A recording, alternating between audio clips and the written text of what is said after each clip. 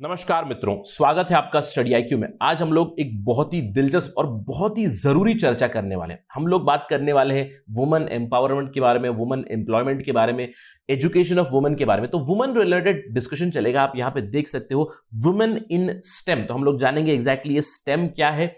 Women in STEM, the numbers are growing but the challenges are also growing.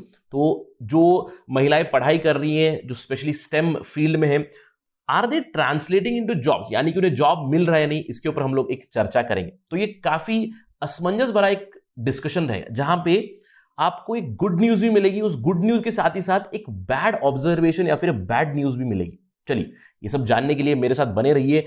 काफी important discussion है exam perspective से, Indian society से, women empowerment, women development से जुड़े हुए सवाल बहुत सारे आते हैं कॉम्पिटिटिव एग्जाम्स में। चलिए शुरू करते हैं। मैं हूं आपका दोस्त राहुल सायगांवकर। अगर आप इन एग्जाम्स की प्रिपरेशन कर रहे हैं तो जस्ट गो टू studiiq.com या फिर डाउनलोड करें हमारा ऐप गूगल प्ले स्टोर से। जुलाई में काफी ज्यादा डिस्काउंट्स चल रहे हैं, डू अवेल दीज डिस्काउंट्स। चलिए बात करते हैं एक रिपोर्ट के बारे में, जहां पे बहुत ही इंटरेस्टिंग इंफॉर्मेशन मिली है। हम लोग बात करने वाले आईशे के बारे में, all India survey on higher education 2019-20 की रिपोर्ट आई है। मिनिस्ट्री ऑफ एजुकेशन में, डिपार्टमेंट ऑफ जो हायर एजुकेशन है, उन्होंने रिलीज की है। अब इस पर्टिकुलर रिपोर्ट में काफी इंटरेस्टिंग इंफॉर्मेशन मिली है। इनफैक्ट 300 पेजेस की रिपोर्ट है।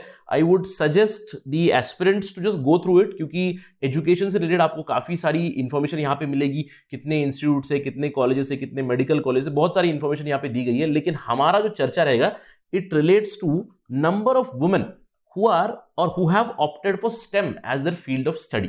अब इस पर्टिकुलर रिपोर्ट में यह कहा गया है कि जो महिलाएं हैं जिन्होंने स्टेम ऑप्ट किया है, उनके नंबर्स ग्रो हुए हैं पिछले 3 सालों में।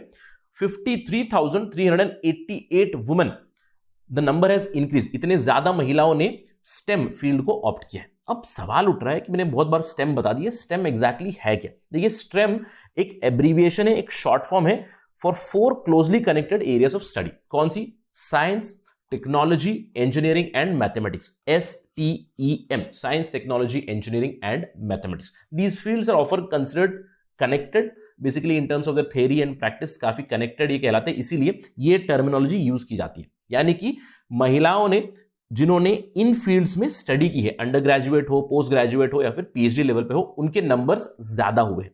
अब कितने स्तर पे ज्यादा हुए? देखिए, पिछले 3 सालों में इस रिपोर्ट ने कहा है, number of women who have opted for STEM as their field of study, it was 10,02,707। 2017-18 की बात है, लेकिन ये नंबर इंक्रीज हुआ है 10,56,095 तक 2019-20 में। यानी कि इंक्रीमेंट है, प्लस है 53,000 का। वहीं पे एक बहुत ही इंटरेस्टिंग फिगर ये भी है, इसी पीरियड के दौरान मेन, यानी कि the male candidates who have opted for stem, the research field, number was 12,48,000, वो कम हुआ है 11,88,900 students have opted for it in 2019-20। यानी कि -59,000 हुआ है। एक तरफ महिलाएं जो स्टेम फील्ड में ऑप्ट कर रही है कोर्सेज को, वो बढ़ रहे, एक तरफ पुरुष वो कम हो रहे। लेकिन हमारा डिस्कशन यहां पे चलेगा, तो हम लोग इस चीज के ऊपर बात करेंगे और देखते हैं कि जो इंटरेस्टिंग नंबर आ रही है वर्ल्ड लेवल पे किस तरह पे है कंपैरिजन। वर्ल्ड बैंक ने यह कहा है कि इंडिया में जो STEM, science, technology, engineering, mathematics के ग्रेजुएट्स है इंडिया में, women graduates, female candidates, they are about 43% at the tertiary level, higher studies में। वही अगर आप कंपैरिजन करोगे दूसरे देशों के साथ, जैसे कि यूएस में काफी कम मात्रा में रिसर्च, PhD या पोस्ट ग्रेजुएशन चलता है स्टेम में, फीमेल्स का 34%, यूके 38%, जर्मनी 27%, फ्रांस 32%। यानी कि डेवलप कंट्रीज में भी जो महिलाएं हैं, they do not opt for these stem courses, but India में काफी ज्यादा पॉपुलर हो रही है। यहां पे आईशे रिपोर्ट ने तो ये रिफ्लेक्ट किया है कि स्पेशली जो मेडिकल रिलेटेड कोर्सेज होती हैं, जैसे BSc नर्सिंग में एक्स्ट्रा एजुकेशन जो होती है, इसके अलावा आपकी MBBS कोर्स, MD कोर्स, इन सारे कोर्सेज में महिलाओं के नंबर्स कंटिन्यूअसली इंक्रीज हो रहे हैं पिछले 3 से 4 सालों में। इसका मतलब है ये है गुड न्यूज। अब सवाल उठता है, ये गुड न्यूज क्यों है? क्या स्टेप्स है, क्या हो रहा है जिसकी वजह से इतना ज्यादा इंप्रूवमेंट है वुमेन नंबर इन स्टेम? देखिए, इन जनरल अगर हम लोग बात करें, इंडिया में जो ग्रॉस एनरोलमेंट रेशियो है वो काफी ज्यादा बढ़ रहा है स्कूल्स में, और यहां पे भी आप देख सकते हो females, the gross enrolment ratio is higher. इसके अलावा इंक्रीज फीमेल लिटरेसी है, पिछले 10 सालों में लिटरेसी भी काफी ज्यादा बढ़ रही है, प्रमोशन काफी ज्यादा हो रहा है, अवेयरनेस भी काफी ज्यादा हो रही है in terms of gender equity, gender education के बारे में बातें हो रही। तो in general it's a very positive news for us. साथ ही साथ कोविड-19 के चलते ऑनलाइन कोर्सेज, ऑनलाइन लर्निंग काफी ज्यादा हो गई है।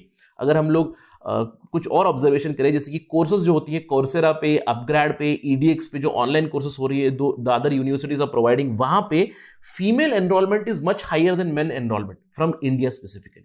तो काफी अच्छी खबर है। इसके अलावा गवर्नमेंट सपोर्ट भी काफी ज्यादा है, स्पेशली स्टेम रिसर्च में अगर हम लोग बात करें, साइंस, टेक्नोलॉजी, इंजीनियरिंग, मैथमेटिक्स में, यहाँ पे गवर्नमेंट भी काफी सपोर्ट दे रही है। स्कीम्स है जैसे कि इंस्पायर स्कीम है, किरण स्कीम है, जहां पे वुमेन एकेडमिक्स को, वुमेन रिसर्चर्स को काफी ज्यादा प्रमोट किया जा रहा है। तो इन सब चीजों के चलते नंबर इंक्रीज हो रहा है, यानी कि पिछले 3 सालों में हम लोगों ने देखा नंबर हैज इंक्रीज बाय 53,000। अब मैंने आपको कहा कि ये गुड न्यूज है। अब सवाल ये उठता है, is it really a good news? अगर हम लोग ऑब्जर्व करें, ऑफ कोर्स बिल्कुल गुड न्यूज तो है ही। अगर देखिए महिलाओं की एजुकेशन लेवल इंप्रूव हो रही है, women in STEM is increasing, the researchers are increasing, academicians are increasing, teachers are increasing, it is very good. 53,000 increment है, काफी अच्छी खबर है। लेकिन उसके साथ ही साथ मैंने आपको कहा था कि एक बुरी ऑब्जर्वेशन या बुरी खबर भी है।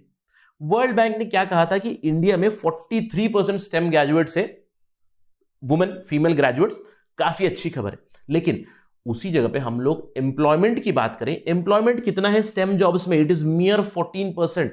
That is the problem. एक तरफ अच्छी खबर है कि इन टेक्निकल फील्ड्स में लोग ज्यादा पढ़ाई कर रहे हैं, लेकिन उसके पर्याप्त जॉब्स ही नहीं है। इससे क्या होगा? इससे डिसअपॉइंटमेंट होगी, डिसइल्यूजनमेंट होगी और डिस्करेजिंग ये एस्पेक्ट है। क्योंकि अगर आप पढ़ाई कर रहे हो, अगर आप डिग्री ले रहे हो, मल्टीपल डिग्रीज ले रहे हो, PhD ले रहे हो और उसके पर्याप्त आपको जॉब नहीं है, it is a very very discouraging trend, isn't it? अब सवाल उठता है ये क्यों हो रहा है? देखिए, क्यों उतने पर्याप्त जॉब नहीं है महिलाओं के लिए इन स्टेम? इन जनरल अगर हम लोग बात करें, women employment has been rather lower. There are many reasons to it.